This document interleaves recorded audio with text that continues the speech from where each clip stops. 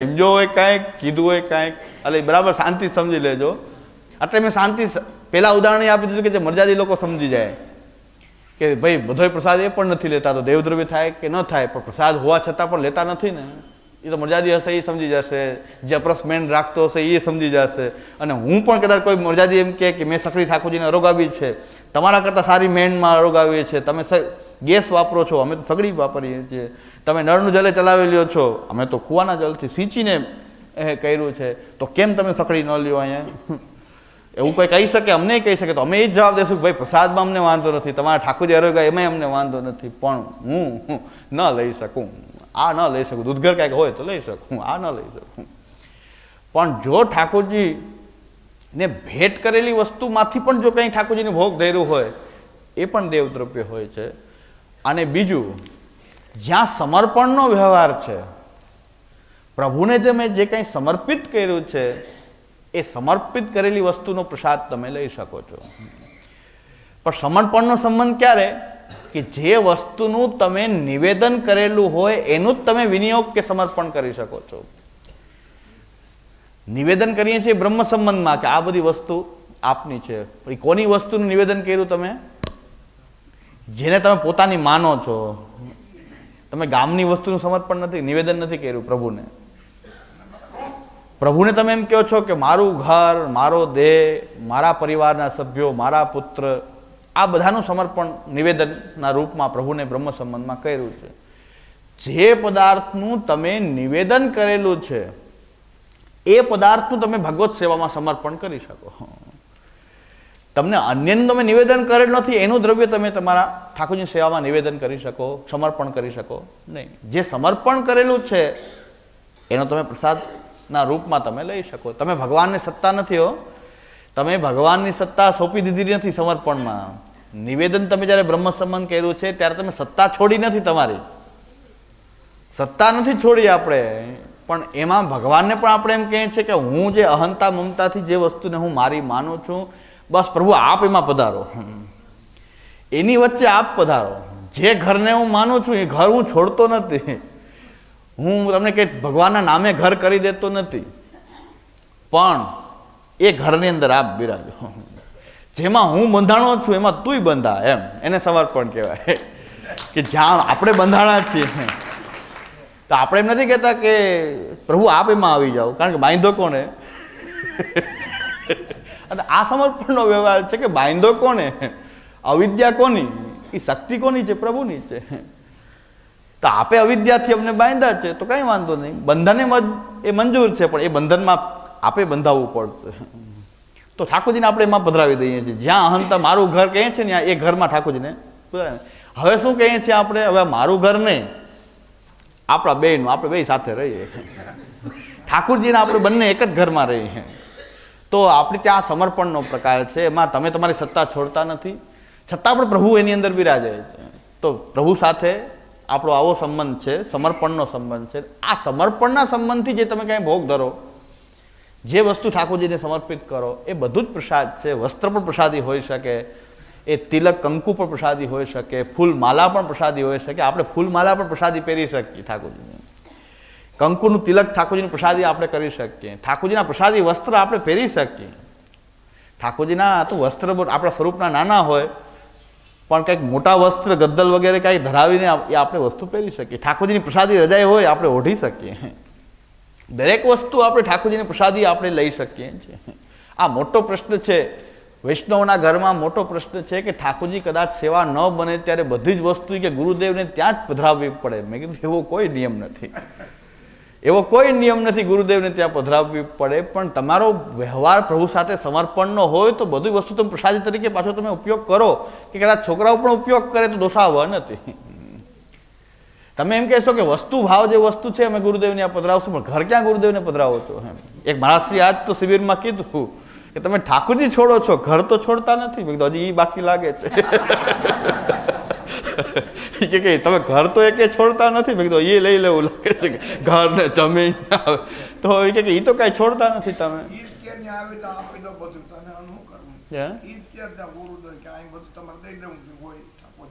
પણ એ વસ્તુ એમ કહું છું કે ઠાકોરજીને આપણે જો ભેટ કરી દીધું હોય તો આપણે એનો ઉપયોગ ન કરી શકીએ. પણ આપણો જો વ્યવહાર સમર્પણનો હોય કે જે કાંઈ વસ્તુ છે હું પ્રભુને સમર્પિત કરું છું, તો પછી એ પ્રસાદ રૂપમાં આપણે એક જ વ્યવહાર પ્રભુ સાથે રાખવો જોઈએ. સમર્પણનો જ એ વ્યવહાર આપણે મહાપ્રભુજીએ બતાવ્યું છે. સમર્પણના વ્યવહારથી જે કાંઈ તમે ઠાકોરજીને સમર્પિત કર્યું છે, તમારો ભાવ જો પ્રભુને દેવાનો હોય તો પછી આપણે એનો ઉપયોગ કરી શકતા નથી. ઠાકોરજી પધારે છે ત્યારે એની વસ્તુ પણ ઠાકોરજીની, જો જે ઠાકોરજીને એવી ભાવથી આપણે ધરી છે કે આ પ્રભુની છે, કોઈ સાજ સાહિત્ય શિંગાર કે ઠાકોરજીનું છે. બાકી ઠાકોરજીનું પ્રસાદી શિંગાર પણ આપણે પહેરી શકીએ, કારણ કે ત્વયોપભોક્ત સ્ત્રગંધ વાસો અલંકાર ચર્ચિતા.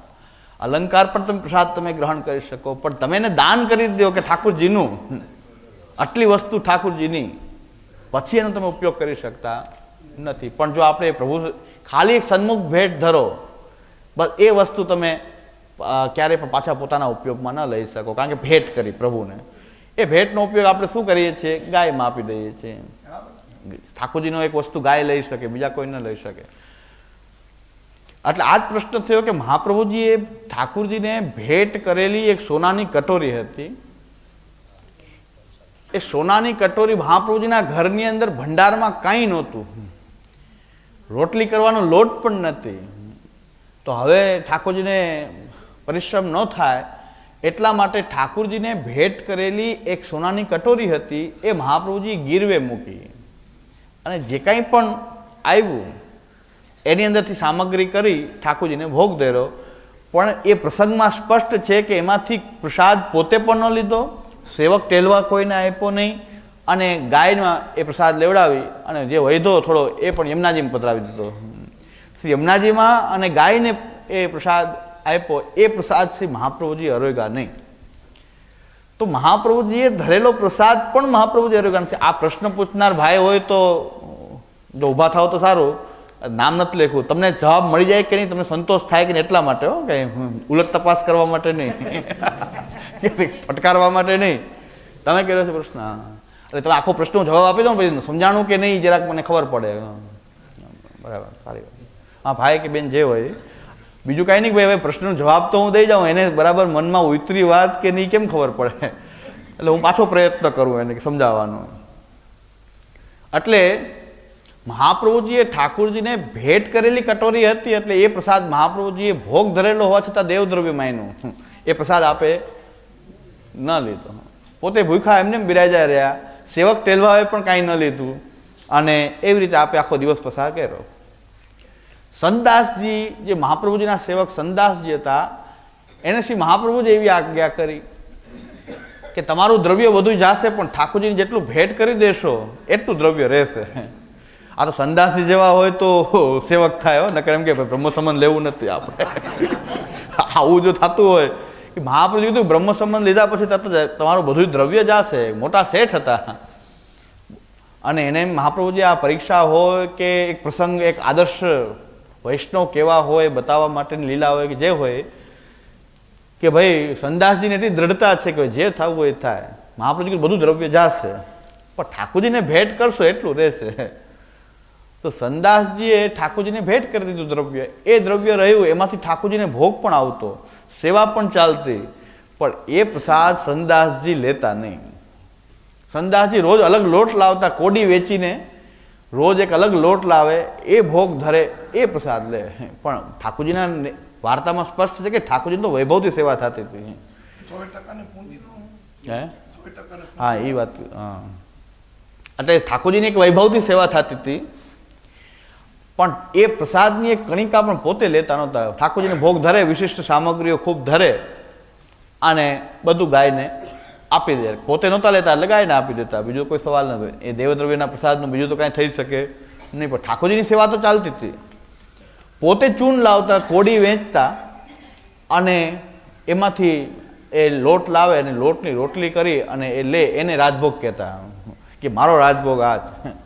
અને ચણા ચમણી વૈષ્ણવને પણ કંઈક વાંટવું જોઈએ એવો ભાવ હતો કે રોજ વૈષ્ણવને પણ કંઈક કણિકા આપવી જોઈએ, તો ચણા વૈષ્ણવને વાંટતા, તો ચણા ચમણીનો પ્રસાદ વાંટી દેતા.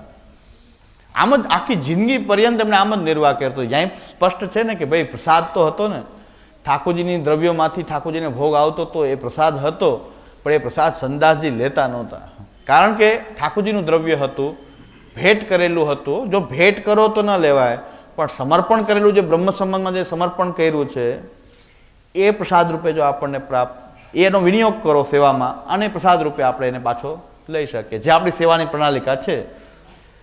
પણ હવે દેવદ્રવ્ય ક્યારે થશે કે જો આ સમર્પણની પ્રતિજ્ઞા, નિવેદન તમે જે પ્રભુને કરેલું છે એના સિવાય કોઈ અન્યની સત્તા તમે જ્યારે ઠાકોરજીને ધરશો. તમે એનું નિવેદન નથી કર્યું, તમે તો તમારી અહંતા મમતાનું નિવેદન કર્યું છે. અન્ય કોઈ આપે કે આ ઠાકોરજીને ધરજો, આ ઠાકોરજીને ધરો, અને એ જો ભોગ ધરેલો હોય અને એ પ્રસાદ રૂપે પાછું લેવું હોય તો આપણે એ પણ દેવદ્રવ્ય કહેવાશે કે અન્ય કોઈ આપણને આપી રહ્યું છે સામગ્રી ઠાકોરજી માટે, આપણે એમનું નિવેદન કરેલું નથી, આપણું નથી, તો એ પણ દેવદ્રવ્ય છે કે જ્યાં સમર્પણનો કે નિવેદનનો વ્યવહાર નથી ત્યાં પ્રભુને એ દાન થાય છે. પ્રભુને તમે કાંઈ આપો છો ત્યારે એને દાનનો વ્યવહાર કહેવાય છે.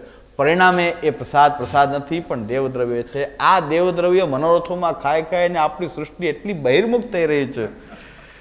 પછી બધા એમ કહે છે કે સેવા કરનારમાં વિષયાવેશ કેમ બહુ છે, એ તો વિરક્ત હોવા જોઈએ, એની બદલે સેવા કરનારા એ અમારા કરતાં વધારે એ વિષય ભોગનો આક્રાંત થઈ ગયા છે, આવું કેમ? મેં કીધું એનું કારણ એ છે કે આ મોટું કારણ એ છે, પછી તો જે કાંઈ હોય પણ મોટું કારણ એ છે આપણને દેખાઈ રહ્યું છે કે પ્રસાદના નામે દેવદ્રવ્યનું ભક્ષણ જ્યાં ને ત્યાં થઈ રહ્યું છે. તો દેવદ્રવ્ય આપણે ખાઈ રહ્યા છીએ, મનોરથમાં મને વાંધો નથી. તમારા ઠાકોરજી બિરાજતા હોય, તમે ઠાકોરજીની સામગ્રી તમારા દ્રવ્યથી અરોગાવો અને વૈષ્ણવને પ્રસાદ લેવડાવો, એવા મનોરથમાં આપણને કોઈ વાંધો નથી. પણ વાંધો એ છે કે ઠાકોરજી નથી બિરાજતા, એ અન્યને સામગ્રી આપીને મનોરથ કરાવે છે. પછી એ પ્રસાદ રહેતો નથી, એ દેવદ્રવ્ય હોય છે. જ્યાં હવે ખરીદાતો પ્રસાદની વાત થઈ કે હવે તમે ખરીદી રહ્યા છો, વસ્તુને પૈસા આપીને ખરીદી રહ્યા છો, એમાં પણ પ્રસાદ રૂપતા ક્યાંથી આવશે? તમે નિવેદન કરેલું છે એને સેવામાં સમર્પણ કરો અને પછી જે પ્રાપ્ત થાય એ પ્રસાદ છે. જે વસ્તુ તમે નિવેદન બ્રહ્મ સંબંધમાં કર્યું છે, પોતાના ઘરમાં તમે ઠાકોરજીને પધરાવો અને એને અરોગાવો અને એ તમને જો પ્રાપ્ત થાય તો પ્રસાદ થશે. જ્યારે તમે અન્યને પૈસા આપીને કંઈ ખરીદો છો અને એ પાછું દેવદ્રવ્ય પણ હોઈ શકે છે કે જે તમે ખરીદેલો પ્રસાદ પાછો દેવદ્રવ્ય વાળો હોઈ શકે, અને ખરીદીને કોઈ લો ત્યારે તો મીઠાઈ જેવી વસ્તુ થઈ ગઈ, પછી એમાં પ્રસાદ રૂપતા ક્યાં રહી? એ તો એક મીઠાઈ જેવી વસ્તુ થઈ ગઈ, તો પૈસા આપ્યા. અત્યારે આપણે ચરણામતના પેડા પણ ફ્રી મળતા નથી. હવે ચરણામતમાં નથી ઘી આવતું, નથી ખાંડ આવતું, નથી કાંઈ આવતું. એટલે મર્યાદા માર્ગી વાળા એમ કહે છે કે તમારા પુષ્ટિ માર્ગીઓની લાલચ કેટલી બધી છે કે અમે તો હરિહરનો સાથ કરીને જ્યાં ત્યાં અન્નક્ષેત્ર ખોલીને બધાને જમાડીએ છીએ, તમે તો ધૂળના પૈસા લ્યો છો. એમાં ખાલી એક જલ હોય અને હલ્દી ઘાટીની, હો કે વ્રજરજ નથી હોતી, હલ્દી ઘાટીની માટી હોય છે, એમાં શ્રીનાથજીનું ચરણોદક એમાં મિલાવવામાં આવે અને એ રજ જે છે એ આપણને આપવામાં, એ પણ હવે ફ્રી નથી મળતી. એ રજે ફ્રી નથી મળતી તો આપણી માટે તો ચરણામૃત પણ ચરણામૃત નથી. જે શ્રીનાથજીનું ચરણામૃત લાવો છો એ ચરણામૃત છે જ નહીં, કારણ કે તમે ખરીદીને લાવો છો. વસ્તુની ખરીદ વેચાણ હોઈ શકે, ચરણામૃતની કે પ્રસાદની ખરીદ વેચાણ કેવી રીતે હોઈ શકે? તો હવે શું કરવું? તો બધા કે ઓહો ચરણામૃત વિના તો અપરસ કેમ થશે? પણ મેં કીધું તમારા ઘરમાં ઠાકોરજી બિરાજે છે, તમે એને નિત્ય સ્નાન કરાવો છો, એ સ્નાનનું જલ છે એ જ ચરણોદક પ્રસાદ છે. હવે એ જ વસ્તુ તો ત્યાં, હવે એ વસ્તુ અત્યારે તો એટલી ક્વોન્ટિટીમાં ચરણામૃત બનતું હોય કે એમાં શ્રીનાથજીનું ચરણોદક પૂરું થતું હશે કે નહીં થતું એ સવાલ છે. પછી જારીજીનું જલ કે જે જલ પ્રસાદી મિલાવીને બનાવતા હોય, પણ વેચાણથી લેવામાં આવતું એને અમે ચરણોદક કે આપણું ચરણામૃત એવું નથી કે જે ખરીદી કે વેચાણથી લઈ શકાય કે આપી શકાય. એટલે ઠાકોરજીનું જે પ્રસાદી ચરણોદક એટલે કે જે સ્નાન કરાવીને ઠાકોરજીને એ જે જલ જે છે એ આપણે પ્રસાદના રૂપમાં, ચરણામૃતના રૂપમાં એ જ આપણે લેવું જોઈએ, એ જ ચરણોદક છે. હવે આપણા ઘરમાં પ્રાપ્ત છે ને તોય આપણે નાથ દ્વારા કોઈ જતું હોય તો ચરણામૃત લેતા આવજો, ચરણામૃત લેતા આવજો. પણ તમારા ઘરમાં રોજ ઠાકોરજી સ્નાન કરે છે, રોજ એ જલ પ્રાપ્ત થાય છે, એ જલ તમે લો. હવે રજ મિલાવીને તો તમે કોઈ માટી આઈની પણ લાવીને, ઝીંઝરીની માટી મિલાવીને પણ તમે પેડો બનાવી શકો. મુખ્ય માટીની કિંમત નથી, અંદર જે જલ આવે એની કિંમત છે. જલમાં હલ્દી ઘાટીનો તો યુદ્ધ મેદાનનું, એ ભૂમિનું, એ યુદ્ધ મેદાનનું હલ્દી ઘાટીનું, રાણા પ્રતાપનું જ્યાં યુદ્ધ થયું હતું ને, એ હલ્દી ઘાટી જે છે એ તો યુદ્ધ મેદાનની ભૂમિ છે. અને એની રજ જે છે એ શ્રીનાથજીનું ચરણોદક મિલે છે, એટલે આપણે એને ચરણામૃત કહેતા આવ્યા છીએ.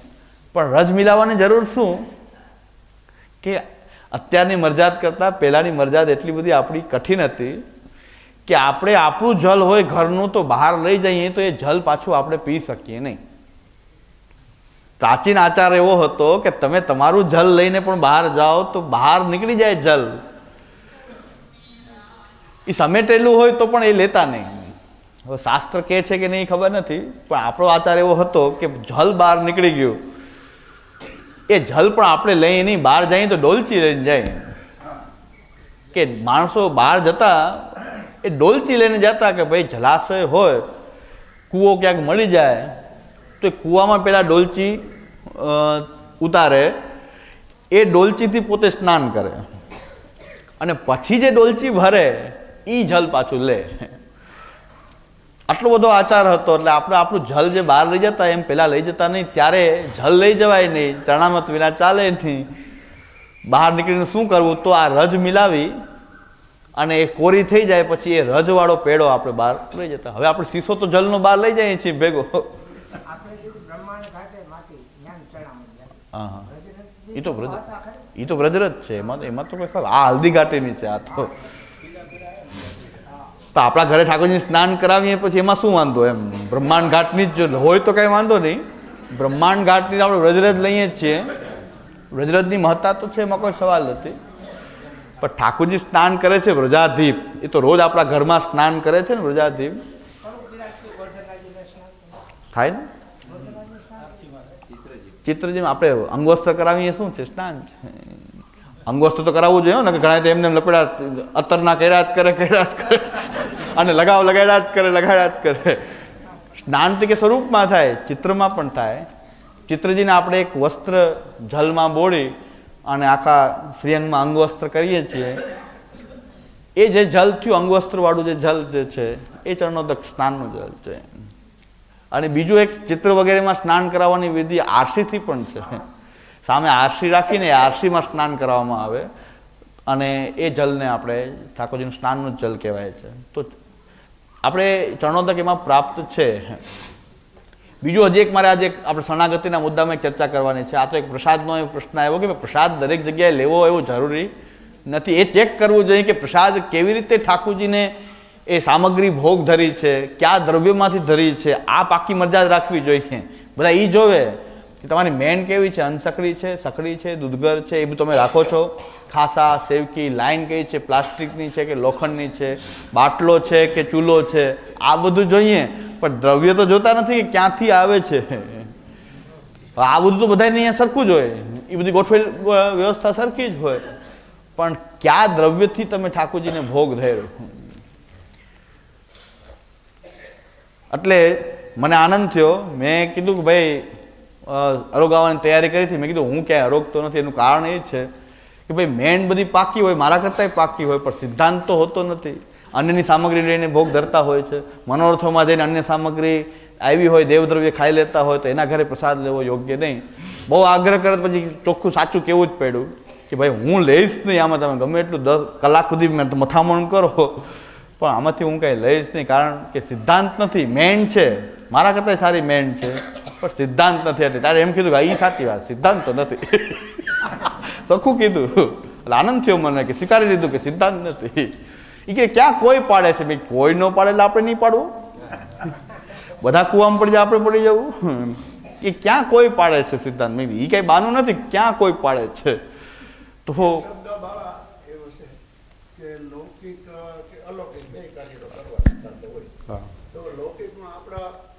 કુટુંબ કે બેન કે દીકરી કે સહકુટુંબ હોય, એને ત્યાં કોઈ પ્રસંગ હોય, એ પ્રસંગ હોય અને આપણે એને ત્યાં જવું પડ્યું, એને આપણે જવું. તો એ વ્યવહાર કરવામાં એ તો લૌકિક જ છે. અને એના વ્યવહારમાં આપણે શું વર્તવું, કેમ કરવું, કઈ રીતનું પાલન કરવું, એ એક મુશ્કેલી આ જગત માટે ઊભી જ છે. બાકી દેવ દ્રવ્યની વાત તો બરાબર જ છે, બરાબર ન લેવાય. જ્યારે અન્યની જો સામગ્રી હોય, જો ઠાકોરજીના નામે આવે છે ત્યારે દેવદ્રવ્ય થાય છે. પણ ઠાકોરજીને વચ્ચે ન રાખીએ, લૌકિક વ્યવહાર આપણા લોક સંબંધથી આપણે લૌકિક વ્યવહાર કરીએ જેમાં ઠાકોરજી ક્યાંય વચ્ચે ન આવતા હોય, આપણા લૌકિક સગા સંબંધીનો વ્યવહાર આપણે નભાવીએ, ત્યારે જ મેં કીધું કે જે વસ્તુ ક્યારે આપણે ઠાકોરજીને ભોગ ન ધરી શકીએ એમ હોય તો પ્રસાદ મિલાવીને પણ આપણે એ આપણને છૂટ આપી છે કે પ્રસાદ મિલાવીને પણ તમે ગ્રહણ કરો તો તમારું સમર્પણ ભંગ થતું નથી. એટલે કે પ્રસાદ ઠાકોરજી પધરાવીને ઠાકોરજીનો વ્યવહાર ના હોવો જોઈએ. ઠાકોરજી માટે નહીં પણ તમારે કદાચ લેવું પડે, તમે રસોઈ બનાવી, પ્રસાદ મિલાવી, આપણા ઘરેથી કંઈક પ્રસાદ લઈ ગયા, પ્રસાદ મિલાવીને તમે લઈ લો, એમાં બાધક નથી. પણ ઠાકોરજીને જ્યાં ત્યાં પધરાવવા એ યોગ્ય પ્રકાર નથી. હવે બીજું એક કહી દઉં કે કોઈ કારણસર આપણે કોઈની ઘરે ગયા,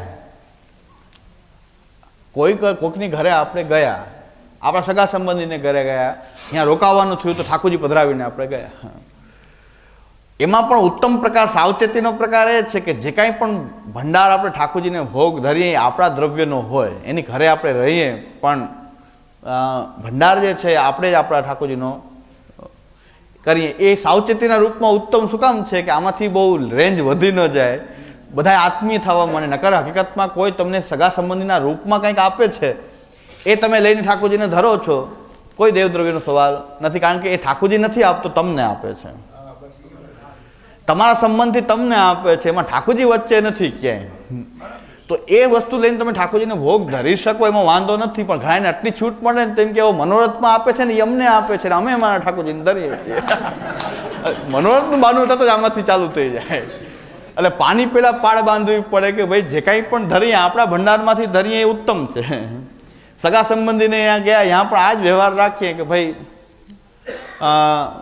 વૈષ્ણવ અમને તપેલી આપે છે, અમને આપે છે. હકીકતમાં વૈષ્ણવ અમને તપેલી આપે છે, અમારા ઠાકોરજી નથી આપતા, અમને આપે છે કે આપ ભોજન કરો. પણ હવે ક્યાંક ઠાકોરજી પધરાવીને અમે ગયા હોય અને એ તપેલી અમને આપે, અહીં કોઈ તપેલી, આજે તપેલી છે, આજે કુદરતી એકાદશી, કે તપેલીનો બહુ આગ્રહ હતો, મને બહુ સરખું આવી ગયું. મેં કીધું આજે એકાદશી છે, મેવો લઈ આવજો એટલે આપણે તપેલી કરી નાખશું. તપેલીનો બહુ આળસ આવે અને બહુ આગ્રહ હોય તો પછી હાથે બનાવીએ. એ બધું માથાકૂટ ખાલી એક ટાઈમ માટે બધી માથાકૂટ કરવી, કારણ કે તાવડી તેરવાના માંગે. ખાલી 2 રોટલી કરવી હોય તો એ માથાકૂટ એટલી જ ઊભી થાય. અને ભીતરિયા કોઈ હોય નહીં, એટલે આપણે હાથે કરીએ તો એક ટાઈમ પૂરતું કરવું, એના કરતાં આજે બહુ કે તપેલીનો આગ્રહ બહુ જ છે. મેં કીધું તું આગ્રહ આપણે તપેલીનો છે તો આજે આપણો એકાદશી છે તો મેવો લઈ આવજો, આપણે તપેલી થઈ જશે. પણ તપેલી આપે એ તો અમને આપે છે ને. પણ હવે બહાર અમે ઠાકોરજી પધરાવીને જાય ત્યારે સાવચેતી એ રાખવી પડે કે ભાઈ તપેલી અમને આપે છે, એ વાત બરાબર છે, પણ ઠાકોરજીની ઝાંપીજી જોઈ જાય ને એટલે તરત જ વૈષ્ણવ સમજી જાય કે ઠાકોરજી પધાર્યા છે. એટલે પછી એનો ભાવ બધો જે છે બાળક કરતા એ સૂકો મેવો પછી લઈ આવે ને કેસરની ડબ્બી લઈ આવે ને, શું કામ કે ઠાકોરજી પધાર્યા એટલે બધી વસ્તુ ઠાકોરજીમાં વિનિયોગ તો થશે જ. ઝાંપી જોઈ જાય તો બાકી એમને અત્યારે આવ્યા છે, મેં કીધું ભાઈ ભોગ ધર્યા વગર કાંઈ કરતા નહીં, મેવો લાવીને રાખી દેજો, અમે લઈ લે. ભોગ ધરવા બીજાને દેશો તો પાછી ઈદ દેવદ્રવ્ય પાછી ઉત્પન્ન થાય. એ કે આ મહારાજ કેમ આ ઉલટા મહારાજ બોલા કે ભોગ ધરીને રાખજો. મેં કીધું ભોગ ધર્યા વગરનું રાખજો, કારણ તમારે ઠાકોરજી છે નહીં, તમે બીજાને આપશો. હવે ભોગ ધરવાનું બીજાને આપશો તો મારે પાછું એ નહીં દેવદ્રવ્ય, એટલે એમને એમ રાખજો, અમારે જે મેવો સિદ્ધ કરીને જે કરવું છે એ કરી લેશો. તમારે બહુ આગ્રહ છે તો મેવો લઈ આવજો, પણ એ ભોગ ધર્યા વગરનો રાખજો, કારણ કે તમારે ઠાકોરજી બિરાજતા નથી. જે ઠાકોરજી બિરાજતા હશે ત્યાં તમે આપવા જાશો તો પાછી એ નહીં વસ્તુ થશે. એટલે એક વૈષ્ણવ મને પૂછ્યું, મને કે વસ્ત્રજી પધરાવશો કે? મેં કીધું કાંઈ નહીં પધરાવું, વસ્ત્ર પહેરીને આવીશ. મેં કીધું તો મારો વિષય છે ને, મારે શું કરવું? એટલે મેં કીધું હું તો ભાઈ વસ્ત્રજી કે પધરાવીને આવશો કે ઠાકોરજી પધરાવીને આવશો કે ભોગ ધરવાનું શું થશે? મેં કીધું હવે એ જે થશે એ કરી લેશું, બાકી પ્રસાદ મિલાવીને પણ અમે તો લઈ લઈએ છીએ. કે એના માટે ઠાકોરજીને એક ટાઈમ ખાલી મારે અન્નપ્રસાદી ન લેવું પડે એટલા માટે એક ટાઈમ પૂરતું કંઈક ઠાકોરજીને પધરાવવા એ ઠાકોરજીનું અપમાન છે. કે ભોગ ધરવાનું સાધન તો નથી ઠાકોરજી, અને આપણને આપણા સમર્પણની રેન્જની અંદર આ છૂટ છે કે તમે પોતાનો ઠાકોરજીનો પ્રસાદ મિલાવીને, કંઠીને સ્પર્શ કરાવીને કે પ્રભુને માનસિક નિવેદન કરીને પણ તમે જે લો ત્યારે તમારું સમર્પણ ખંડિત થતું નથી.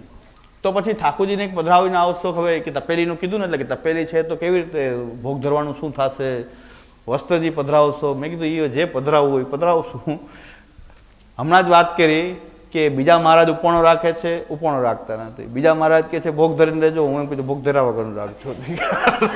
એટલે પ્રશ્ન એ થાય છે કે મહારાજમાં કંઈક ખામી છે કે શું છે. એ કે ઉપણો કેમ રાખતા નથી? હવે ઉપણોની વાત એવી છે કે નેડા બહુ કરે છે, બીજું કાંઈક ઘડી કામ એટલે સતત ધ્યાન એમાં ને એમાં રહે, એટલે પછી કાઢી નાખ્યો કે જવા દો. ઉપણો છે શું એ કહી દઉં. ઉપણોએ બ્રાહ્મણોએ 3 વસ્ત્ર પહેરવા જોઈએ. બ્રાહ્મણોનો એ ડ્રેસ કોડ એવો છે કે બ્રાહ્મણ જે છે એને 3 વસ્ત્ર પહેરવા જોઈએ. એટલે એક આ 2 વસ્ત્ર તો હોય, અધો વસ્ત્ર ને ઉપરનું વસ્ત્ર, અને એક વધારાનું એક વસ્ત્ર એને રાખવું જોઈએ. આ બ્રાહ્મણ માટેની એક ડ્રેસ કોડ છે. અને એ ન રાખે તો એક વસ્ત્ર એના હાથમાં રાખવું જોઈએ. એ આપણે રાખી લઈએ. 3 વસ્ત્ર હોવા જોઈએ. તો આ ઉપણો છે. એટલે આ શાસ્ત્રની વાત છે. શાસ્ત્ર એમ કહે છે કે 3 વસ્ત્ર બ્રાહ્મણ પહેરે, 3 વસ્ત્ર પહેરે, અને કદાચ ત્રીજું વસ્ત્ર ન રાખે તો એક વસ્ત્ર એના હાથમાં કે એની પાસે એક વસ્ત્ર રાખવું જોઈએ. એટલે આ આપણે ત્રીજું વસ્ત્ર આ છે. એટલે ઉપણ અહીં નથી પણ અહીંયા છે એમ. એટલે બીજું કોઈ કારણ નથી. ભોગ ધરવાની એટલે ના પાડી કે ભાઈ જે વ્યક્તિ કહે છે એને ઠાકોરજી બિરાજતા નથી. જે એમ કહે છે કે અમારે તપેલી કરવી છે, જેની ઘરે તપેલીનું કહે છે એ ઠાકોરજી નથી બિરાજતા. એ હવે અને પાછા કદાચ 2-4 જણા ભેગા થઈને તપેલી કરતા, એવું બને ઘણી વાર કે બધા મળીને કરતા હોય. તો ત્યાં પણ આપણે કેમ ઠાકોરજી પધરાવી શકાય કે આ તો બધાયનું દ્રવ્ય ત્યાં ભેગું થઈ રહ્યું છે. તો એનો ઉપાય આ છે કે આપણને છૂટ છે કે દરેક જગ્યાએ ઠાકોરજીને ભોગ ધરવાની અવકાશ ન હોય કે એવી કોઈ પરિસ્થિતિ હોય તો ઠાકોરજીનું મનથી ધ્યાન કરી પ્રસાદ મિલાવીને આપણે લઈ શકીએ છીએ. તો સમર્પણ તમારું અસમર્પિત નથી, સમર્પણ ખંડિત થતું નથી. કોઈ કહેતું હોય કે સમર્પિત નથી, ભૂલ છે. કે આપણે રોજ આવું નથી કરતા, ક્યારેક કરવું પડે. જ્યારે આપણે કંઈક લેવું હોય તો ઠાકોરજીને પધરાવવા જ પડે. એ તો ઠાકોરજીનું અપમાન થશે કે ભાઈ ભોગ ધરવા માટેનું સાધન થશે ઠાકોરજી. તો ઠાકોરજી તો એ સેવા આપણે કરીએ, આપણા સ્વામી છે, અને આપણું સેવાર્થ જીવન એ આપણું સમર્પણ છે. આપણે સેવા માટે જીવી રહ્યા છીએ, એ આપણું સમર્પણ છે. એટલે જો સમર્પણનો વ્યવહાર ન હોય, તમારું દ્રવ્ય ન હોય, ટૂંકમાં સાવ ગુજરાતીમાં તમારું પોતાનું દ્રવ્ય ન હોય, અને તમે ઠાકોરજીને એ ધૈર્યું બીજાનું લઈને, ગામડાઓમાં પ્રથા ખૂબ જ છે, શહેરોમાંય છે. ગામડાઓમાં શું પ્રથા છે કે જે લોકો સેવા કરતા હોય અને સેવા ન કરતા હોય એ લોકો શું કરે, માંડવી થાય તો ઠાકોરજીને માંડવી દેવા માટે એ સેવા કરતો એને આપે. કાંઈક મેવો ખેતરમાં થયો હોય તો એ પણ એને આપે, શાકપાન થયું હોય તો પણ આપે. હે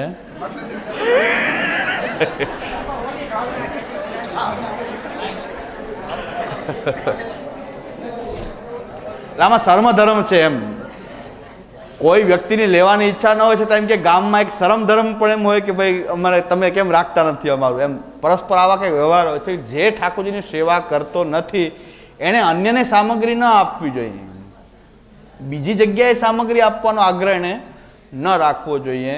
કારણ કે આપવું પણ દોષ છે અને લેવું પણ દોષ છે. આ બે સમજી જાય તો કોઈ સેવા કરનારાને પણ કોઈ ફોર્સ કરે નહીં કે તમે રાખો, અમે અમારું ઠાકોરજીને ભોગ ધરીએ, તમારું અમે ન ધરી શકીએ.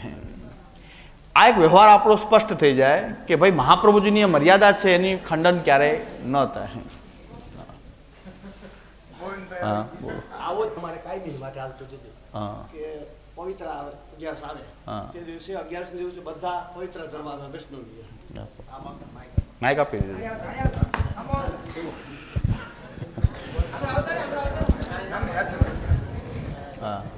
એટલે પવિત્ર 11માં બધા પવિત્ર ધરો આવે તો એવો પ્રકાર હાલતો કે મિશ્રી ભેગે લઈ આવે, અમુક પવિત્રો લઈ આવે, ત્યાં સન્મુખ ધરે. એટલે આવો પ્રકાર ધીરે ધીરે મેં તો બંધ કરી દીધો હતો. અને પછી બધા સમજી ગયા, પછી મિશ્રી લઈ આવતા બંધ થઈ ગયા. હું ભાઈ પવિત્ર તમે ભેટ સન્મુખ ધરી દો, ભેટ ધરે એનો દ્રવ્ય અમે તો શ્રીજી બાવાને કરાવતા. એટલે આવું અમુક અમુક એમ કે આ પેલા ભરવા તો લેતા અને હવે અમે બંધ કર્યું થોડું. એટલે સમજદારી નથી પણ હજુ સમજાતું નહોતું બધાને. હા હા, એટલે આપણે એટલે સ્પષ્ટતા કરીએ કે એ જરૂરી છે. અને હજી હમણાં અમારી મિટિંગ થઈ તેથી મેં કીધું આપની વિનંતીની, હું કહું આ મનોરથ છે, માલાપેરામી છે પ્રસંગ, આજ ભલે વર્ષોથી હાઈલો આવે છે પણ આ કોઈ સિદ્ધાંત નથી. બરાબર. મેં માલાપેરા અને હું હજી જાવાય છું એવું કઈ નથી, હું નથી જતો એમ નથી કહેતો. સાચી વાત. અને પ્રસંગોમાં જેમ અમારા કુરજી બાપાએ કે હરિબાપાએ કે વાત કરીને આપને કે આ કેનું લેવું દીકરી દીકરાનું કે ગમે ની આપણે વ્યવહાર હોય કે કુટુંબમાં, એ પણ મેં તો અમારા કુટુંબ પરિવારમાં બંધ કર્યું, ગામનું બંધ કર્યું છે. બરાબર, સારી વાત. એટલે બસ ઘણા એમ થતું છે કે તો અમારે તમને દેવું હું કાંઈ ના દેવું તો કાંઈ નહીં, દેવાની કાંઈ અમારે જરૂર નથી, અમે કાંઈ ભૂખા રહેતા નથી. બરાબર, તમારા જેટલા મહેમાન આવે ન લેતા હોય તો મારે ત્યાં મોકલી દેવા, હું મારી રીતે હું કરી લઈશ. બરાબર છે.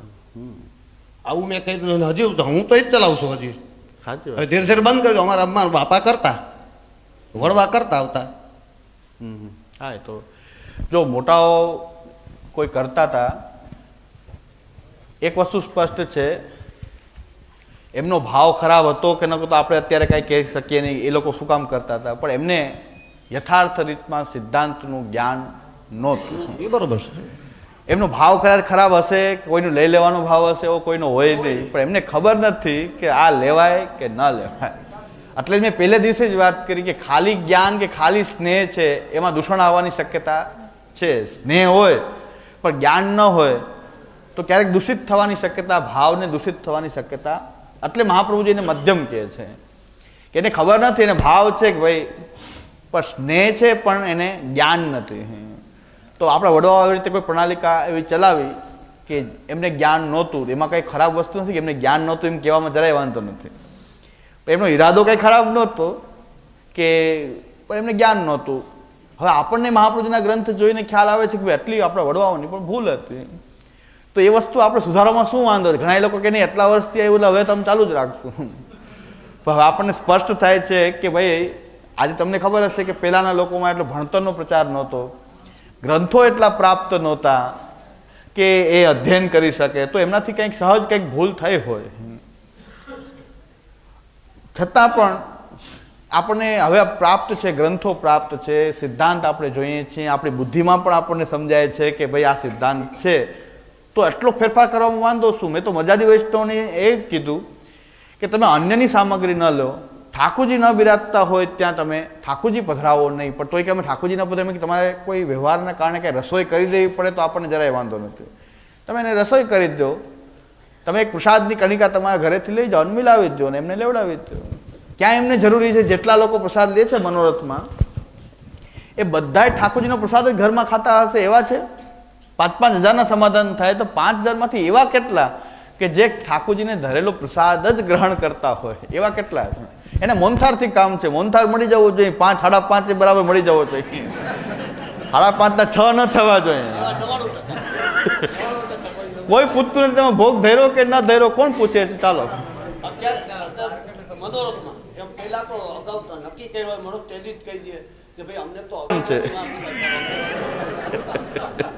એને ઈ કામ છે કે ભાઈ ટાઈમ તમારે સચવાઈ જાય.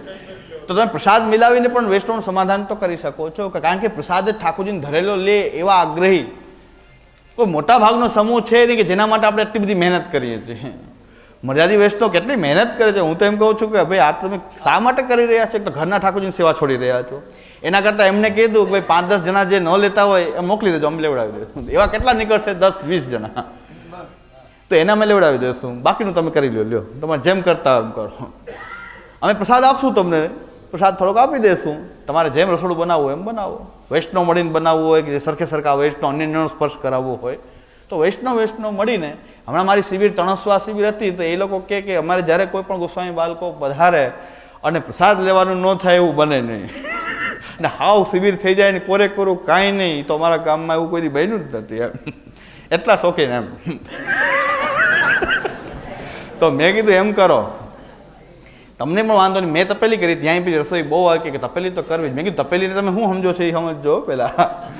તપેલીમાં અહીંયા એક પાછળ એકેયની વ્યવસ્થા થશે નહીં, મારા પૂરતું બનાવીને હું લઈ લઈશ, થોડોક પ્રસાદ આપીશ, તમે એમ માનતા 100-150નું થઈ જશે, કે અમારે તો 150નું આયોજન. મેં કીધું એ તો સમજી લેજો, તપેલી પછી ક્યાંક તમને કે અમારે કાંઈ ન આવ્યું, વાટ જોઈને બેઠા રહ્યો અને કાંઈ ન આવે તો એ કે અમારે કરવું હોય તો શું કરવું? મેં કીધું એવું કોઈ ખરું તમારે કે જે ઠાકોરજીને ધરીને જ લેતા હોય એવા ખરા? મને કે ના એવું કોઈ નથી. તો પછી મેં કે શું કામ ચિંતા કરો છો, તમે બનાવો. કે અમે હાલીએ બનાવ્યું, શું કામ ન હાલે? ઘરે બનાવો છો કે નથી બનાવતા? તમારે જ લેવું છે ને. એવો કોઈ છે નહીં કે જે ઠાકોરજીને ભોગ ધરીને લેતો હોય તો એને હું તપેલીમાં લેવડાવી દઈશ. એકાદ કોઈ એવો હોય એ તપેલીમાં એની વ્યવસ્થા થઈ જાય. પણ હવે તમે બાકીના 100-150 જણા એવા છો કે જેને કાંઈ ઠાકોરજી આરોગ્ય કે ઘરે પણ એમને જ લ્યો છો, તો તમે બનાવીને રસોઈ બનાવો, જે તમારે બનાવો. આંબાની સિઝન હતી, એ લોકો કેરી લાવીને રસ કાઢ્યો ને પૂરી બનાવી, બહેનો બધા આવીને પૂરી બનાવી, રસ પૂરી આનંદથી બધાએ 50-100 જણા જેને રેવડાવવાનું હતું એ બધા આનંદથી પ્રસાદ લીધો. મેં થોડોક રસોઈ કરી તેમાંથી એક થાળી એને કરીને આપી દીધું. મારું સચવાઈ ગયું ને એનું સચવાઈ ગયું. એ કે આવું તમે કે તમારે લેવું હોય તો એમાં ક્યાં વાંધો છે, તમે ભેગા પ્રસાદ લો, ઘરે જમો એના કરતાં ભેગા. તમને કંઈક પ્રસાદ હું પધરાવી દઈશ તો પ્રસાદ જ છે, એ પણ પ્રસાદ તો કહેવાય ને. પ્રસાદ મેળવીને લેવાથી પ્રસાદ તો છે જ. પ્રસાદી કોઈ વસ્તુ હાથ લાગી જાય તો આપણે એમ કે પ્રસાદી થઈ ગયું. તો પ્રસાદ મેળવવાથી અન્નદોષ પણ રહેતો નથી, અને એ પ્રસાદ ચરણોદક મિલાવીને આપણે લેવાની રીત પણ વૈષ્ણવ આચારમાં છે. તો પ્રસાદ હું તમને આપી બાકી રસોઈ તમારે જેમ બનાવી એમ બનાવી લ્યો. હા, એ કરી શકાય છે. અને એ લોકોને તો કાંઈ લેવા દેવા નથી, ઘરે એમને જ લે છે. પ્રસાદ મિલાવીને લેતા હોય એવાય નથી. એ 100-150 એવા નહીં હોય કે પ્રસાદ મિલાવીને લેતા હશે, કે કંઈક ઠાકોરજીને ભગવત પ્રસાદ મિલાવીને લેતા. રસોઈ બને છે ને લે છે, તો તમે જ બનાવો ને તમે જ રસોઈ કરો તો એ લોકો આનંદથી બધા પ્રસાદ લઈ લે. તો આપણે પ્રસાદ લેવડાવવાથી, જમવાથી, રસોઈ બનાવવાથી કાંઈથી વાંધો નથી. વાંધો એ છે કે તમે ઠાકોરજીને વચ્ચે સંડોવો નહીં. ઠાકોરજીને આ વસ્તુ ધરી શકાશે નહીં. તમે લેવું હોય તો આ રીતે ઘરે લ્યો છો એમ સાથે મળીને લ્યો, એમાં કાંઈ વાંધો નથી. તો આ સહેલું છે કે અઘરી વસ્તુ છે? 5 થી 10 જણા એવા હશે કે જે ઠાકોરજીને સમર્પિત જ લેતા હોય, એના માટે આટલું મોટું મંડાણ કરવું, ને આટલી મહેનત કરવી. મહેનત પાછા એ કરે કે જે 10 જણા હોય એ જ મહેનત કરે, અને આવડી મોટી વ્યવસ્થા કરો. એ સખડીને અનસખડીના ચૂલા ને સેવકી ને ખાસા ને જલ લાવવું ને ખાસા કરવું ને તપાવવું ને લૂણ ખટાશ કરવું. લેવાવાળા 4900 એવા છે કે જેને કાંઈ લેવા દેવા નથી. 5 જણમાંથી 4995 એવા છે. તો એની વ્યવસ્થા તો અમે કરી લઈશું, એ આપણે અલગ થઈ શકે છે એટલી વ્યવસ્થા. તો 5,000નું સમાધાન કરતા હોય ને 100 વૈષ્ણવનું પ્રસાદ લેવાનો રસોઈ બનાવે, એની માટે કેટલી રમત વસ્તુ છે. સાવ સહેલું કામ છે. તો એવા કોઈક હશે તો અમે એની વ્યવસ્થા કરી દઈશું, એને અમે લેવડાવી દઈશું. બાકી ઘરે અસમર્પિત રહેતા હોય એ એમ કહે છે કે મરજાદી ધરે તો લે. મનોરથમાં તો એવી મેન બતાવે કે અમે બધાની ભેગા થોડા લઈએ, પણ ઘરે તો એમ જ લ્યો છો. ઘરે એમને એમ લેતા હોય, પણ મનોરથમાં કે મરજાદી પાત્ર ધરે તો અમે લઈએ, અમે વાં થોડા બેસીએ. પણ તમે તો ઘરે એમને એમ જ લો છો, તો અહીંયા મનોરથમાં એવી કઈ અપ્રસ પ્રકટ થઈ જાય તમારામાં.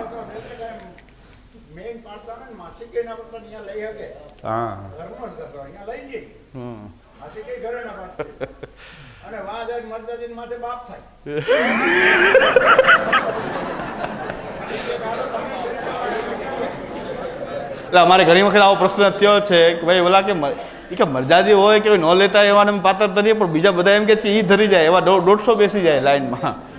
એને એમ કંઈક થતું હતું કે વાં જનરલ મળતું હશે, અહીં કંઈક વધારે વિશેષ મળતું હોય એમ. કે વાં કાજુ બદામનો મેસૂબ કદાચ વાં નહીં આવે, કદાચ અહીંયા થોડો ઘણો હશે તો કદાચ આવશે. એટલે જે કાંઈ પણ હોય, પણ હું એટલે જ મરજાદી વૈષ્ણવ એમ કહું છું કે તમે આટલી મહેનત શું કામ કરો છો કે જે જરૂરી નથી. ઘરે ઠાકોરજીની સેવા છોડી અને જેને કાંઈ પ્રસાદની જરૂરિયાત નથી એના માટે આટલી બધી ટહેલ કે મહેનત, પાછી કે એ ટહેલ છે ને વૈષ્ણવની સેવા છે ને, પણ મહાપ્રભુજી કૃષ્ણ સેવા ઘરમાં કરવાનું કહે છે. અને ઘરની અંદર આનંદથી તમે ભાગવત સેવા કરો, એ સેવાને ટહેલને છોડી અને જેને કહેવાય મજૂરી જ કરવા જેવું છે. કારણ કે ધર્મ તો થતો નથી, ભક્તિ થતી નથી, અને ઉલટાનું દેવદ્રવ્ય ખાવું પડે છે, તો બધી પ્રકારનું નુકસાન જ થઈ રહ્યું છે. હા, એ જે કાંઈ પણ હોય. પણ એટલે હું આ વાત કરું છું તો લોકો સમજતા નથી, તો મરજાદી બહુ ગરમ થાય છે મારી ઉપર કે મરજાદીનો વિરોધ કરે. મરજાદી વિરોધ નથી કરતા, હું તો તમારો પક્ષ કરું છું. ખોટી મહેનત કરવી.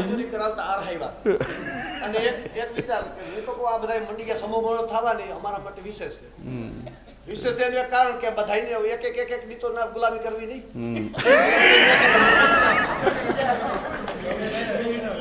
એટલે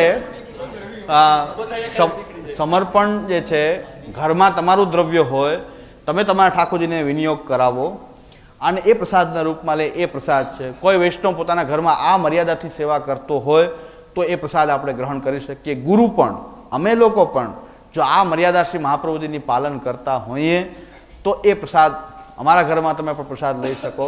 નહીં તો અમે પણ દેવદ્રવ્ય ખાઈએ છીએ જો અમારા ઘરમાં આ સમર્પણની મર્યાદા સચવાતી ન હોય તો આ સિદ્ધાંત બધાય માટે એક સમજી લ્યો, અમારી માટે, વલ્લભકુલ માટે, વૈષ્ણવ માટે, મર્યાદી માટે, સામાન્ય વૈષ્ણવ માટે સિદ્ધાંત એક જ હોય છે. બધાય માટે જુદા જુદા સિદ્ધાંત નથી કે બધાય અલગ અલગ પાડવાના હોય, સિદ્ધાંત એક જ હોય છે અને એ સિદ્ધાંતની મર્યાદા કોઈ તોડી શકતું નથી. દાખલા તરીકે સૈદ્ધાંતિક રીતે જે સમર્પિત રહી રહ્યા છે એને ત્યાં હું પ્રસાદ લેવા જાઉં તો મને અસમર્પિતનો દોષ લાગે કે નહીં? કોઈ વ્યક્તિ ઠાકોરજીને સમર્પિત થઈને સેવા કરે છે, એ વ્યક્તિ અન્યને ત્યાં જઈને પ્રસાદ લે તો હકીકતની અંદર શું છે કે જે લે છે એને પ્રસાદ છે પણ એ સમર્પિત નથી. પ્રસાદ હોય ક્યારેક પ્રસાદ હોવા છતાં પણ સમર્પિત નથી હોતું. અસમર્પિત મહાપ્રભુજી જે આજ્ઞા કરી છે એનો મૂળ હેતુ એ છે કે હું પ્રભુનો જે સેવક છું એ ભાવના જે પોતાના ઠાકોરજી પ્રત્યે છે એ એનો સમર્પિત વ્યવહાર છે. પણ જે કાંઈ પણ એ કરે છે એ સમર્પિત વ્યવહાર છે. જો એની અંદર આવો એક અહંકાર હોય કે હું, અહંકાર પણ સારી વસ્તુ, કે આવો અહંકાર હોય કે હું પ્રભુનો દાસ છું. અન્ય જગ્યાએ તમે લો છો ત્યાં તમને પ્રસાદ મળે છે, એમાં કોઈ ના નથી, પણ એ પ્રસાદ જે છે સમર્પિત તો નથી, કારણ કે તમારું તમે ઠાકોરજીને જે પ્રસાદ લો છો એ સમર્પિત પ્રસાદ છે. અન્યત્ર તમે વ્યવહાર માટે ગયા, એક આપણો વ્યવહાર છે, વૈષ્ણવ વચ્ચેનો વ્યવહાર છે, ત્યાં આપણને પ્રસાદ પ્રાપ્ત થાય છે, પણ એ પ્રસાદ સમર્પિત પ્રસાદ નથી, પણ એક પ્રસાદ છે. બીજું, પણ આપણો જે વ્યવહાર છે એકબીજા પ્રત્યેનો એ સમર્પિત છે, કારણ કે વ્યવહાર આપણે નવાયો છે તે એની કોઈ લિમિટ તો હશે ને? હા, લિમિટ તો છે. દરેક વસ્તુ જે છે એવી છે કે કંઈક આપણે કરી રહ્યા છે. હવે કોઈ વ્યક્તિ એમ કે મારે તો, અમારા એક બાપા એવા મર્યાદી હતા, અમારી ઘરે જ એમણે છેલ્લે સુધી રહ્યા. ઠાકોરજી 20 વર્ષ પહેલાં, આ લિમિટની બહારની વાત કરું કે બધે લિમિટ બહાર કેવી હોય કે આપણો વ્યવહાર પરસ્પર કંઈક વ્યવહાર છે એના માટે આપણે ગયા, તો એમાંય ઠાકોરજીને આપણે નિવેદન કરીએ છીએ, આજ્ઞા માંગીએ છીએ, એના કારણે આપણો વ્યવહાર સમર્પિત હોઈ શકે. જે પ્રસાદ છે પણ કદાચ સમર્પિત નથી, પણ વ્યવહારના કારણે બધું સમર્પિત હોઈ શકે. પણ એની લિમિટ કેટલી કે જો આપણો વ્યવહાર નભાવવા પૂરતું આપણે એ જવું પડતું હોય ત્યારે. અમારે ત્યાં એક બાપા એવા હતા, એને અસમર્પિત વસ્તુ નામ તસ્માદ વર્જનમ આચરિત એવું દ્રઢ થઈ ગયેલું હતું. ઠાકોરજી 20 વર્ષથી પધરાવી દીધા હતા. એ અમારા ઘરમાં રહેતા, પછી એમ કે રોજ આપને ત્યાં પ્રસાદ લેવો ઠીક નહીં.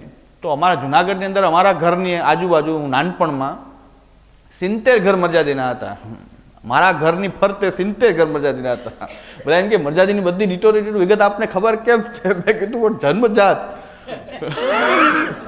70 ઘર મર્યાદીના અમારે મેં જોયેલા છે જુનાગઢની અંદર, કારણ કે જુનાગઢ જ મર્યાદીઓનું મેઇન સેન્ટર, પછી 24, પણ મૂળ ઉદ્ભવ સ્થાન આ જુનાગઢ જિલ્લો જ છે. 70 ઘર મર્યાદીના હતા. બધા વૈષ્ણવમાં ભાવના પણ પહેલાં એવી હતી, વૈષ્ણવ વ્યવહાર પણ પહેલાં બહુ સારો હતો કે ભાઈ આ બાપા હવે એમ માને છે કે હવે એને કંઈ કોઈ છે નહીં આગળ પાછળ, ઠાકોરજી પધરાવી દીધા છે, પણ હું અસમર્પિત થોડો લઉં. તો બધા વૈષ્ણવ એમ કહેતા કે એક દી આપણે બધાએ આને એક આ 80-85 વર્ષના બાપા એક દી પ્રસાદ આપણે ત્યાં લઈ જાય. તો બધાએ નક્કી કરી લીધું કે ભાઈ એક દી આ કહી જાય, એક દી આ કહી જાય, તો બાપાનું કાયમી વ્યવસ્થા થઈ જતી. પણ ઘણી વખત કોકને એમ થતું, કોક તોય રહી જતા. બાપા વિચાર કરે કે આજ કોઈ આવ્યું જ નહીં. ઓલાને એમ થાય કે ઓલા આજ કીધું હશે, કાલે આપણે કહેશું. કોઈક ઉત્સવની રાહ જોતું હોય કે ભાઈ કઈ ઉત્સવ વચ્ચે આવતો હોય, એ દિવસે આપણે કહેશું એમ. તો બાપા રહી જાય ત્યારે અમારા કાકાજી એમ આજ્ઞા કરી, મારા પિતાશ્રી, કે કોઈ આમંત્રણ ન દે એ દી અમારે અહીં તમારે ક્યારે પૂછવું જ નહીં. 1 વાગે કહેશો તો તમારી પાત્ર થઈ જશે. કોઈ કાંઈ આમંત્રણ ન હોય તો અમારે ત્યાં તમારે લઈ લેવું. તમારે એ ચિંતા કરવી નહીં કે આજે કોઈ નથી આપ્યું તો આજનો દિવસ કેમ જશે. હવે આને અસમર્પિત વસ્તુ નામ તસ્માદ વર્જનમ આચરિત કહેવાય કે ના કહેવાય? અને અસમર્પિત છોડ્યું કહેવાય? જેટલું લે છે ને એ બધું અસમર્પિત જ છે.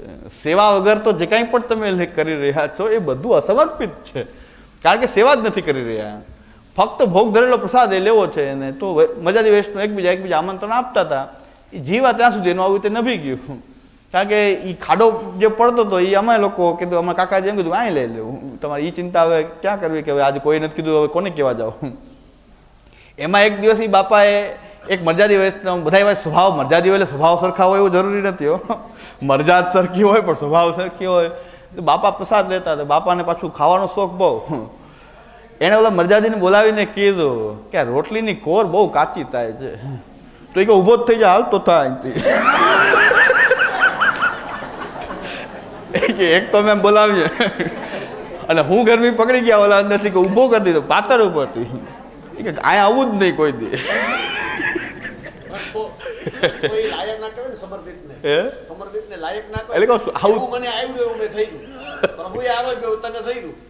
એમ પણ હવે અસમર્પિત જ છે. એ માનતા હતા કે હું અસમર્પિત નથી, મારી મરજાત છે.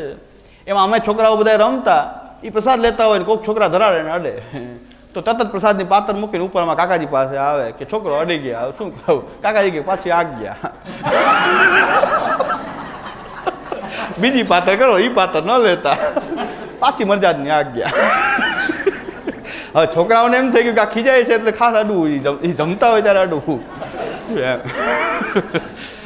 આવી મરજાદ હતી. આ લિમિટ બહાર અસમર્પિત વસ્તુ નામ તસ્માત વર્જન માત્ર એ લે છે ને, છતાં પ્રસાદ લે છે ને પણ અસમર્પિત છે. મહાપ્રભુજી એમ કહે છે સેવાર્થ સમર્પણ છે. અને બીજું એનાથી ઉલટી વાત કરું કે ભગવત સેવા નભાવવાનો તમારો જ્યારે હેતુ હોય, તમે ભોગ ધેરા વગર પણ કદાચ કાંઈ લઈ લીધું તો અસમર્પિત નથી હો. કારણ કે તમે પોતાના સેવક ભાવને છોડ્યો નથી. તો તમે આ રીતે કહો છો કે નિવેદન કરીને ઠાકોરજીની વિનંતી કરીને કે સેવા માટે તમે કંઈ લીધું. જેમ કે ચા લઈએ છીએ આપણે, ચા લઈએ છીએ, ચા ભોગ ધરાતી નથી હો, ક્યાંય ભોગ ધરાતી નથી. ચા આપણે લઈએ છીએ તો શું કામ લઈએ છીએ? સેવા સુંદર થાય એટલા માટે લીધું. એમ ક્યાંય ભોગ ધરાણી છે? ચા લઈએ છીએ તાતી વિના તો આપણે તો કામ થતું નથી. એ માથું દુખતું હોય તો સેવા ન થાય ને, માથું દુખે તો સેવા સરખી ન થાય એમ. પ્રસાદી તો નથી ને, ચા પ્રસાદી નથી કારણ કે ભોગ આવી નથી. ભોગ જે આવે એ પ્રસાદ થાય. પણ પ્રભુ માટે સેવા માટે તમે પોતે કંઈક લેતા હો, ભોગ ધરેલું ન હોય છતાં સમર્પિત હોય, પ્રસાદ ન હોય. મહાપ્રભુજી અસમર્પિત વસ્તુ નામ તસ્માદ વર્જન આચરે કીધું છે કે તમે કંઈક લો છો પણ તમારો હેતુ સેવાનો હોવો જોઈએ. ચા પીને મજા કરવાનો હેતુ એ અસમર્પિત કહેવાય. પણ જો ચા ન પીઓ તો સામગ્રી ન થાય, શિંગાર ન થાય, ઝોકા આવે તો આપણે ભાઈ એવું થાય ને કરતાં લઈ લેવું સારું. તો સેવાર્થ તમે લીધું. દવા લીધી તો દવા ક્યાં ભોગ ધરાણી? ઇન્જેક્શન ક્યાંક ઠાકોરજીને ક્યાંય ધરાણું? આપણે લઈએ છીએ. શું કામ લઈએ છીએ? કે સેવા આપણી સુંદર થાય. તો એ સમર્પણ થયું, પ્રસાદ નથી. દવા કંઈ પ્રસાદ ન હોય પણ સમર્પિત તો હોય ને. આપણું જીવન ભગવાનને સમર્પિત છે તો જીવનના બધા જ ક્રિયાકલાપો પણ ભગવાનને સમર્પિત છે. આ સમર્પણની રેન્જ છે. પણ કોઈ પ્રસાદને જ સમર્પણ માનવા માંડશે તો આ બાપા જેવું થશે કે રોજ એક એક ઘરનું આમંત્રણ મળી જાય, ઘરે સેવા કરવાની જરૂર નહીં, મરજાદની મરજાદ ટેકી રહે. અને બધા એક એક, હવે તો એવા કોઈ મરજાદી પણ કાયમી કોઈ નભાવી શકતા નથી. પહેલાં 25-30 વર્ષ પહેલાં કે એવો કંઈક વૈષ્ણવતાનો ભાવ હતો કે ભાઈ એક વૈષ્ણવ આટલા બધા આપણે મરજાદી છીએ તો આ એક વૈષ્ણવ ન નભી શકે. એમાં એક બાપા ત્યાંથી કોકની ભૂલ કાઢી તો ઓલા ગરમ થઈ ગયા કે તું હવે અહીંથી હાલતો તા. તો આવું થાય. હવે બાપા હરડ થતા હતા બિચારા. પણ હવે શું કે અસમર્પિત વસ્તુ નામ તસ્મા. હવે પણ સેવા વર પહોંચી ગયો, ટૂંકમાં સમજી લ્યો. પતિ મરી ગયો પછી ચાંદલા રાખવાનો અર્થ શું? એ કે નહીં ચાંદલો રહેવો જોઈએ, વર ગયો તો ભલે ગયો. એ કે ચાંદલો એમને હોવો જોઈએ કે ભાઈ પતિ મરી ગયો હવે ચાંદલો રાખો કે ન રાખો કાંઈ ફેર નથી. કારણ કે સૌભાગ્યનું ચિહ્ન હતું. અત્યારે ભલે ફેશન હોય કે સારા લાગવા માટે હોય, પ્રાચીન સમયમાં સૌભાગ્યનું ચિહ્ન હતું. હવે સૌભાગ્ય જ વયું ગયું તો પછી હવે ચાંદલો રાખવાથી ફાયદો શું? કે વર રહે કે ના રહે, ચાંદલો અમારો એમને એમ રહે. ઠાકોરજી ન હોય તો મરજાદ એમને એમ ઊભી રહે. પણ હવે મરજાદ હોય કે ન હોય કાંઈ ફેર નથી પડતો. હવે આપણો દેહનો ધર્મ છે એ પૂરો કરવાનો છે, ભગવત નામ લેવું જોઈએ. હવે કંઈ ફેર પડતો નથી. પણ ઘણા લોકો સેવા છોડીને પણ આવું પકડી રાખે. એ માને છે કે એમાં અસમર્પિત નથી લેતા, પણ અસમર્પિત છે. આ અસમર્પિત કોઈ વ્યવહાર નિભાવવા માટે ક્યારેક ક્યાંક લઈ લીધું તો આપણો વ્યવહાર કંઈક સમર્પિત આપણે ગણી શકશું. પણ એક વ્યવહારને કારણે આપણે જવું જ પડે. અને આપણે કોઈ સમર્પિત કોઈનો પ્રસાદ આપણે લીધો તો આપણી માટે એ આપણું સમર્પણ ખંડિત નહીં થાય. પ્રસાદ અને વ્યવહાર આપણો સમર્પિત હોવાથી. પણ આની રેન્જ એટલી બધી વધારી દઈએ કે બધાને ત્યાં લઈએ એટલે આપણું ઘરે. મેં એક વૈષ્ણવની કથા સાંભળેલી છે અહીંયા. હવે ઠાકોરજી પધરાવ્યા હોય ને, કેટલા વર્ષ પહેલાથી મરજાદ છે, ઠાકોરજી બિરાજતા જ નહોતા. જીંજરીમાં નહીં, આપણે 24માં નામ પછી તો જીંજરીમાં એવા મરજાદી આપણે 24માં હતા. અને હું વારંવાર પ્રવચનમાં કહેતું ક્યારેક શરમ આવે, કોઈક કહે તો ક્યાંક શરમ આવે. એટલે હું વારંવાર મેં કીધું આપણને ભલે ગાળ દે પણ એને તું જીવન સુધરતું હોય તો કોઈક તો કહેશે ને કે આમ કહેતા હતા. મરજાદ તો બહુ પહેલાથી હતી, ઠાકોરજી હતા જ નહીં. ઠાકોરજી બિરાજતા જ નહોતા અને મરજાદી હતા. પણ એ જે એને રસોઈ કરવા જવાનું હોય ને એટલે એને ઘર આખું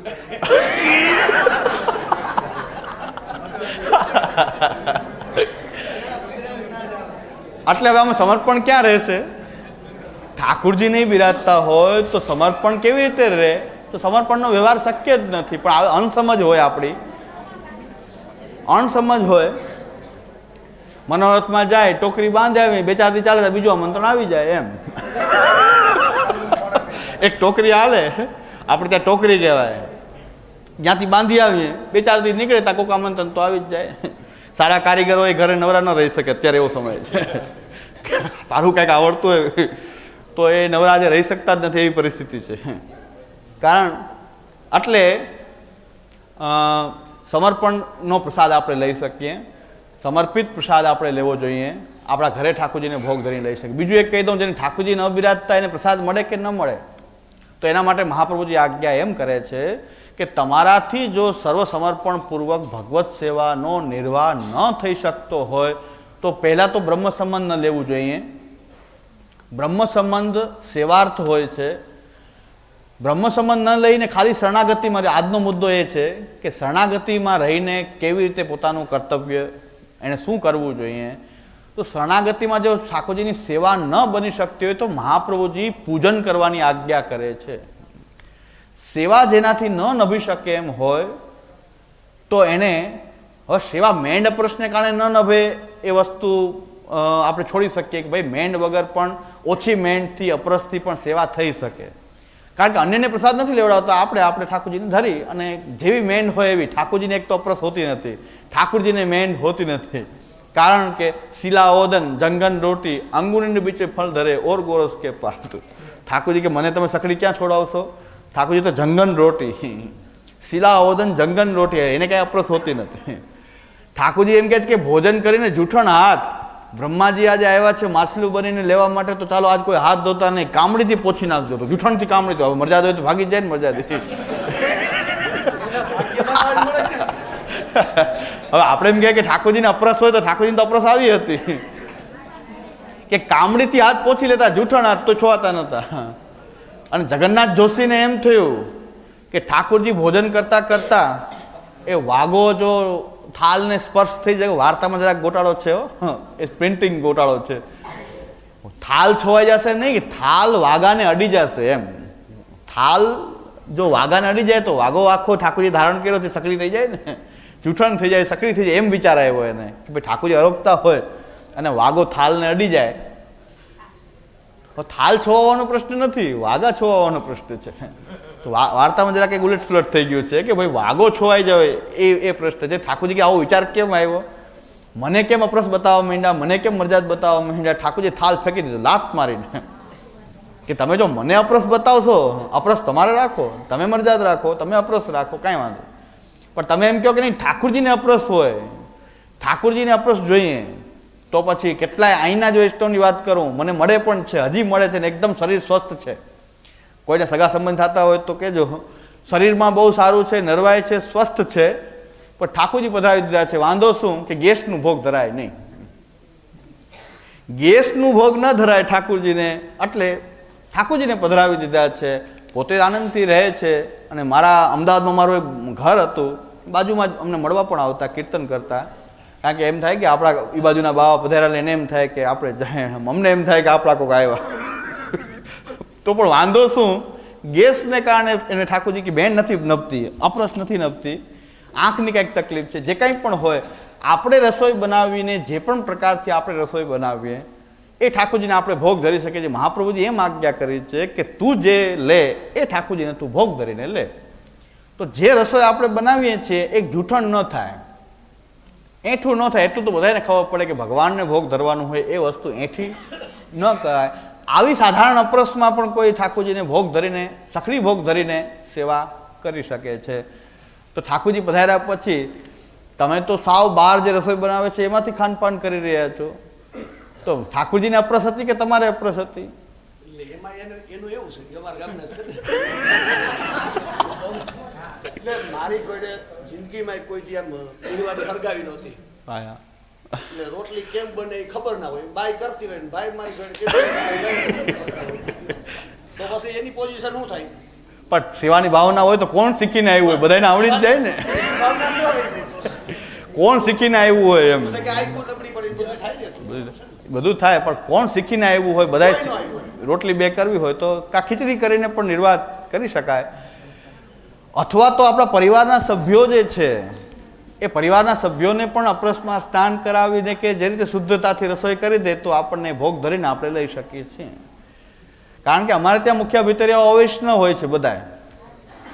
કોઈ બાળક એમ કહેતું હોય કે એ બધા વૈષ્ણવ છે, એને કાંઈ વૈષ્ણવતા સાથે લેવા દેવા નથી, તમે નોકરીમાં રાખો એટલે કંઠી પહેરી લે.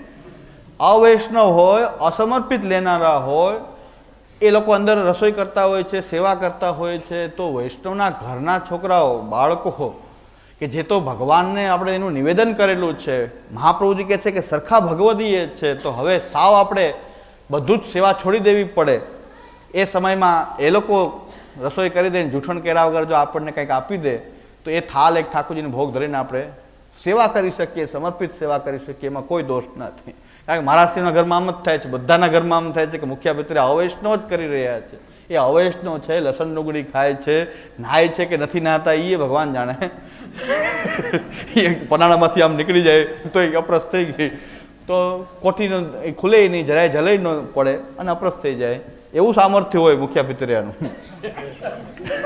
તો એવું એ અમારા ઘરમાં તો એવું બધું ચાલતું હોય છે. તો વૈષ્ણવના બાળકો પણ રસોઈ કરીને ઠાકોરજીને ધરી દે અને તમને પ્રસાદ પ્રાપ્ત થાય. બીજું, પુષ્ટિ માર્ગમાં એવો કોઈ નિયમ નથી કે જેટલી રસોઈ થઈ હોય એટલું બધું જ ભોગ આપવું ધરવું જ જોઈએ. આપણી અણસમજ છે. આપણો એવો સ્નેહનો ભાવ છે કે ઠાકોરજીને કંઈક વિશેષ જોતું હોય તો આપણે કંઈક વિશેષ ભોગ પણ સાજીએ છીએ, પણ બધું જ ભોગ આવવું જોઈએ એવો કોઈ નિયમ નથી. રસોઈમાંથી તમે એક થાળ સાજીને ઠાકોરજીને ધરી દો, બાકીનો પ્રસાદ કહેવાશે કોણ કે ના કહેવાય? શ્રી પુરુષોત્તમજી લખી રહ્યા છે. પુરુષોત્તમજી સિદ્ધાંત રહસ્ય ગ્રંથની ટીકાની અંદર આ સ્પષ્ટ કહે છે કે જ્યારે બહુ વિશેષ સામગ્રીઓ સિદ્ધ થઈ હોય, બધી વસ્તુ ઠાકોરજીને ધરી શકાય એમ ન હોય, ત્યારે જેટલું ધરી શકાય એટલું ઠાકોરજીને ભોગ ધરી દેવું જોઈએ. મોટા મોટા મનોરથોમાં ઠાકોરજીની દશા એવી થાય કે એને ઠેઠ ઓલી ભઠ્ઠી પાસે બિરાજવાનો વારો આવે. કારણ કે ઓલી કોઠીઓ તો કંઈ ફેરવાય નહીં, બધી વસ્તુ લઈને વहाँ ભોગ ધરાય નહીં, તો જ્યાં ભોગ સજાય ગયો ત્યાં ઠાકોરજીને પધરાવી દઈએ આપણે. હકીકતમાં જ્યાં ઠાકોરજી બિરાજતા હોય ત્યાં ભોગ ધરવો જોઈએ કે પ્રસન્નતાથી પ્રભુ બિરાજે ત્યાં આરોગે. હવે ભઠ્ઠી ચારે બાજુ ચાલુ હોય, ગરમ થઈ ગયું વાતાવરણ, ઠાકોરજી ત્યાં ભોગમાં પધરાવવામાં આવે. આપણું મનમાં એક જ છે કે બધુંય ભોગ ધરાવવું જોઈએ, થોડુંક પણ રાખી દો એ ન ચાલે. પણ પહેલાં તમે સાજીને જે કંઈ પણ ઠાકોરજીને ધરો છો, બાકીનો વસ્તુ જે છે એ શાસ્ત્ર દ્રષ્ટિએ એને પ્રસાદ કહેવાય છે. વધેલો જે કંઈ પણ છે એ પ્રસાદ કહેવાય છે. કાંઈ બધી વસ્તુ જ્યારે આપણા ઘરમાં તો થોડીક રસોઈ એટલે બધું ધરી દઈએ, પણ જ્યારે મોટા પ્રમાણમાં થાય ત્યારે એવો જ આગ્રહ રાખીએ કે નહીં બધી વસ્તુ ધરાવવી જોઈએ, એ આપણી ભૂલ છે. ઘરમાં તો આપણો થોડો પ્રકાર હોય તો બધું ઠાકોરજી સન્મુખ આવી જાય. હવે આપણા મનમાં એમ થઈ ગયું કે રોજ એમ ધરાય તો કાયમ આમ જ ધરાવવું જોઈએ. તો મોટી મોટી કોઠીમાં દાળ ભરી હોય ને આ ભરી હોય, એ તો ફરે તો નહીં, એ ન ફરે તો ઠાકોરજીને ફેરવું, એને આ પધરાવો.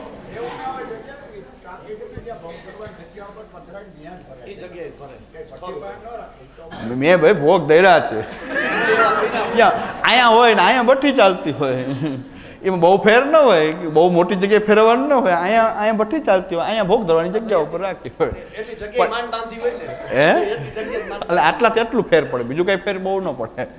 પણ ઠાકોરજી જ્યાં આનંદથી કોઈ રૂમમાં બિરાજતા હોય એ જગ્યાએ આપણે જેટલો ભોગ પધરાવી શકીએ એટલો ત્યાં પધરાવી દઈએ. આનંદથી પ્રભુ આરોગે, સુંદર જગ્યા ઉપર બિરાજીને આરોગે. ઠાકોરજીનું સુખ એમાં થાય. અને બાળકોના ઘરમાં મારે ત્યાં એમ જ થાય છે કે ઠાકોરજીની સન્મુખ જ ત્યાં ભોગ સજાતા હોય છે. અને કાં ભોગ મંદિર એવું હોય છે કે ત્યાં અલગ વ્યવસ્થા હોય છે, ઠાકોરજીને ભોગ ધરાય છે. બીજી વાત જવા દો કે જે મોટા મનોરથની વાત જવા દો, પણ મોટા ભાગના આપણા ઘરની અંદર વ્યવસ્થા કેવી હોય છે કે અહીંયા બાજુમાં રસોઈ થતી હોય ચૂલા ઉપર, એની એક્ઝેક્ટ બાજુમાં જ ઠાકોરજીની રાજભોગની ચોતરી હોય છે. 90% ઘરમાં મેં જોયું છે કે સાવ બાજુમાં જ રાજભોગની ચોતરી, કારણ કે આમ રસોઈ થતી છે ને આમ ધરતા જાય. શીતકાલમાં આનંદ આવે કદાચ, ઠાકોરજીને વાંધો ન આવે, પણ ઉષ્ણકાલમાં જુઓ તો ખબર પડે કે ઠાકોરજીની દશા કેવી થાય. કારણ કે ઠાકોરજીનું આપણું સ્વરૂપ કેવું માનીએ છીએ, નવનીત જેવું તાજું, નવનીત જેવું કોમળ, આમાં ઓગળી જાય આખું. માખણની વાત કરીએ આપણે સ્વરૂપને એમ માનીએ છીએ કે તાજું કાઢેલું માખણો, એટલા કોમળ ઠાકોરજીને માનીએ છીએ. ને બાજુમાં જ રસોઈ થતી, ભલે ગેસ ઉપર રસોઈ કરો પણ રસોઈ કરો છો ત્યારે એ વાતાવરણ તપવાનું જ છે, એમાં કોઈ સવાલ નથી. અને હવે સ્ટેન્ડિંગ કિચન આવ્યા તો ઠાકોરજીને હવે સ્ટેન્ડિંગ કિચન ઉપર પધરાવે છે. આપણને એમ થાય કે આમ બેસીને કોઈ ખાતું તો નથી, કોઈ પ્લેટફોર્મ ઉપર બેસીને કોઈ ખાતું નથી, પણ સ્ટેન્ડિંગ કિચન આવ્યા તો ઠાકોરજીને ઉપર પધરાવીને. પણ મૂળ વસ્તુ આપણા મગજમાં એક જ છે કે બધી વસ્તુ ધરવા માટે આપણે સરળતા ગોતીએ છીએ, આવી વ્યવસ્થા આપણે કરીએ છીએ કે ઠાકોરજી જ્યાં બિરાજે છે ત્યાં ચોકી ઉપર તમે ભોગ ધરી શકો છો અને આનંદથી ઠાકોરજી આરોગી શકે છે. તો ઠાકોરજીને અપ્રસ નથી, ઠાકોરજીને મરજા જ નથી, ઠાકોરજીને કોઈ અપ્રસ આચાર વિચાર નથી. પણ તમે આપણે ઠાકોરજી સાથે કે ભાઈ ઠાકોરજીને રસોઈ કરવી હોય તો અપ્રસથી કરવી જોઈએ, આપણી રસોઈ એમને એમ ચાલશે. પ્રશ્ન કેટલા બધા એવા જ છે, અહીં પ્રશ્ન ઘણા બધા મારી પાસે એવા છે કે ભાઈ ઠાકોરજી હોય તો સૂતક પાળવાનું કે એમ પાળવાનું, એમ લખ્યું છે. હવે સૂતકને ઠાકોરજીને તો કાંઈ લેવા દેવા નથી, કે જે સેવા ન કરતા હોય એને શું છોડવાની જરૂર છે, ભાઈ એ છોવાય. પ્રશ્ન બધાય છે મારી પાસે. એટલે આજે આપણો વિષય શરણાગતિનો પૂરો થઈ જાય બધા પ્રશ્નો હું ફટાફટ લઈ લઉં. વિષય એટલો જ છે કે ભાઈ જે સેવા નથી કરતો એ પૂજન વિધિ કરી શકે છે. તો પૂજન કોનું કોનું થઈ શકે? કદાચ સેવા નથી નભતી, થઈ શકે એમ નથી, તો મહાપ્રભુજી કહે છે એને પૂજા કરવી જોઈએ. ભગવત સ્વરૂપની પણ પૂજા થઈ શકે, પૂજન ભાગવતની પણ થઈ શકે, પૂજા શાલિગ્રામજી કે ગિરિરાજજીની પણ થઈ શકે, ઠાકોરજીના પ્રસાદી વસ્ત્રજીની પણ એ પૂજન થઈ શકે. અને ભાગવત જે છે એની પૂજનની પદ્ધતિ શ્રી હરિરાયજી મહાપ્રભુજીએ પ્રકટ કરેલી છે. બધા કે મર્યાદાની વાત છે, પણ હરિરાયજી પ્રકટ કર્યું છે. હરિરાયજી પુષ્ટિના જ્ઞાતા હતા કે નહીં સવાલ છે. શ્રી હરિરાયજી મહાપ્રભુ એ ભાગવતના પૂજનની વિધિ શ્રી હરિરાયજીએ પ્રકટ કરી છે. એ પૂજન વિધિ અનુસાર 5 થી 7 મિનિટની પૂજા કરીને કંઈક ભોગ ધરીને, એમાં મિશ્રી, અંશકડી, દૂધગર જે કંઈ પણ ધરવું હોય, પૂજનમાં એક જ વાર જે કંઈ ભોગ ધરવું હોય એ ધરી શકો.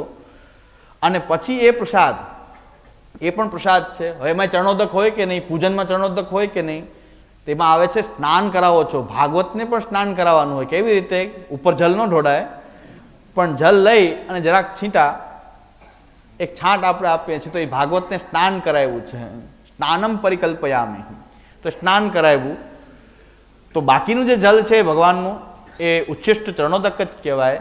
જે જલમાંથી તમે સ્નાન કરાવ્યું, બાકીનું જે વૈધું એ ચરણોદક તરીકે તમે પ્રસાદ રૂપે લઈ શકો. અને બીજું જે કાંઈ પણ તમે મિશ્રી, સૂકો મેવો, કોઈ લીલો મેવો કે જે કાંઈ પણ ભોગ ધરો, રસોઈ કરીને પણ એક થાળી કરીને ભોગ ધરી શકાય ભાગવતજીને. તો એ ભાગવતની આ રીતની એક સૂક્ષ્મ પૂજા જેનાથી નભતી હોય એને પૂજન કરવું જોઈએ.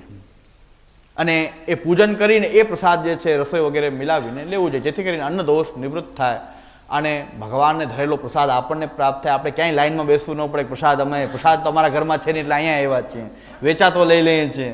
પ્રસાદ તમને પણ તમારા ઘરમાં મળી શકે છે. ઠાકોરજીની પૂજન કરીને, ભાગવતનું પૂજન કરીને તમે એ જે ભોગ ધર્યો છે એ તમે પ્રસાદના રૂપમાં ગ્રહણ કરી શકો છો. તો આ રીતે આપણે સેવા ન કરી શકીએ, 5 મિનિટ 7 મિનિટનો સમય હોય તો પણ એ પૂજન ઠાકોરજીનું કરી શકે. એટલા માટે શ્રી હરિરાયજીએ ભાગવત પૂજનની પદ્ધતિ, પૂજામાં કંકુ અક્ષર છિડકવા, ફૂલ ધરવા, ધૂપ દીપ કરવું. ઘણા કે આ તો દીવા અગરબત્તી આપણે ન હોય, દીવા અગરબત્તી આપણે ત્યાં સેવામાં ઠાકોરજી રાજભોગ આવે છે ત્યારે ધૂપ દીપ કરાય છે. તો એ ધૂપ દીવા જ છે, બીજું કંઈ નથી. જે ધૂપ દીપ કરે છે એ આપણે સેવામાં પણ થાય છે.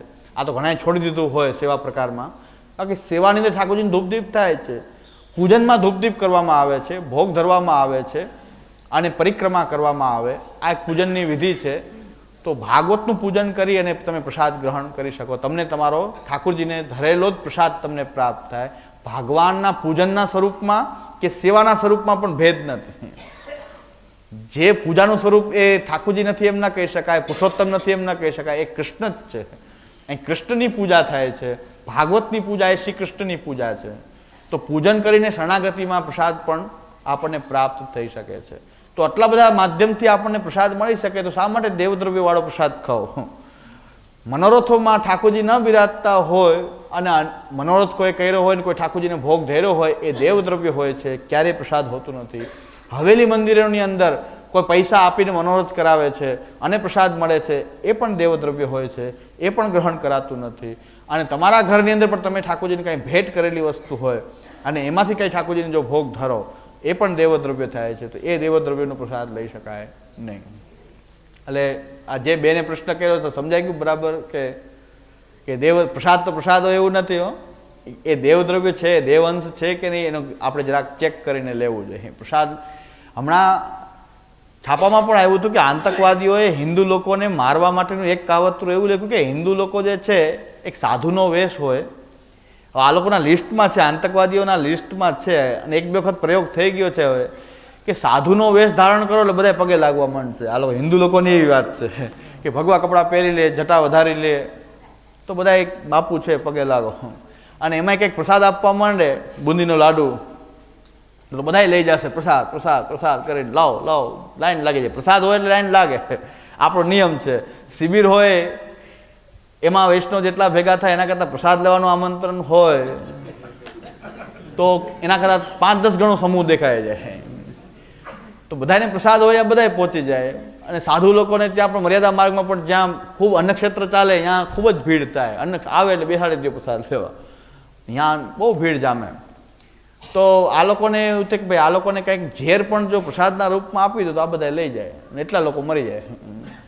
તો અયોધ્યામાં કે ચિત્રકૂટમાં કોઈક સાધુ પ્રસાદ વાંટતું હતો અને એ પ્રસાદ જેણે જેણે પણ ખાધો એ બધાને એકદમ પોઈઝનની અસર થઈ, કેટલાય મરી પણ ગયા.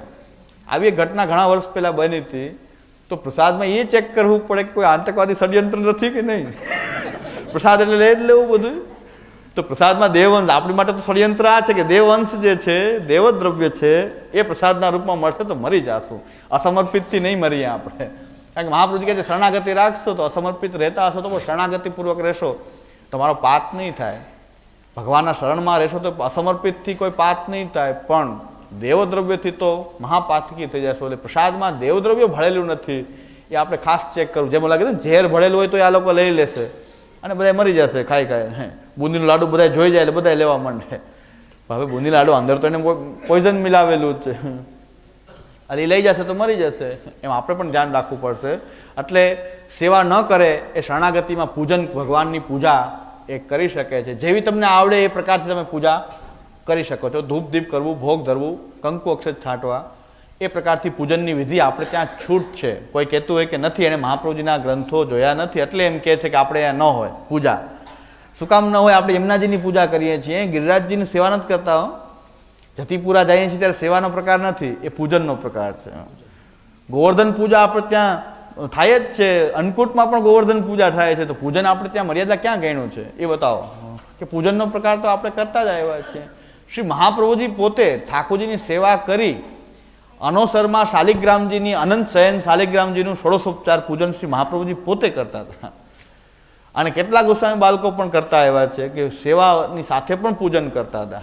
સેવા કર્યા હોય પછી પણ પૂજન કરતા હતા. તો સેવાની સાથે પણ પૂજનનો પ્રકાર આપણે ત્યાં પહેલેથી ચાલ્યો આવે છે. અને હરિરાયજી જેવા મહાનુભાવ, શ્રી હરિરાયજી જેવા જેને આપણે મહાપ્રભુ કહીએ છીએ, હરિરાય પણ મહાપ્રભુ કહીએ છીએ, એ હરિરાયજી લખતા હોય તો પછી કોઈ સંશયનો કોઈ સવાલ આવતો નથી. એટલે પૂજન વિધિથી પણ આપણે શરણાગતિમાં એ સ્થિતિ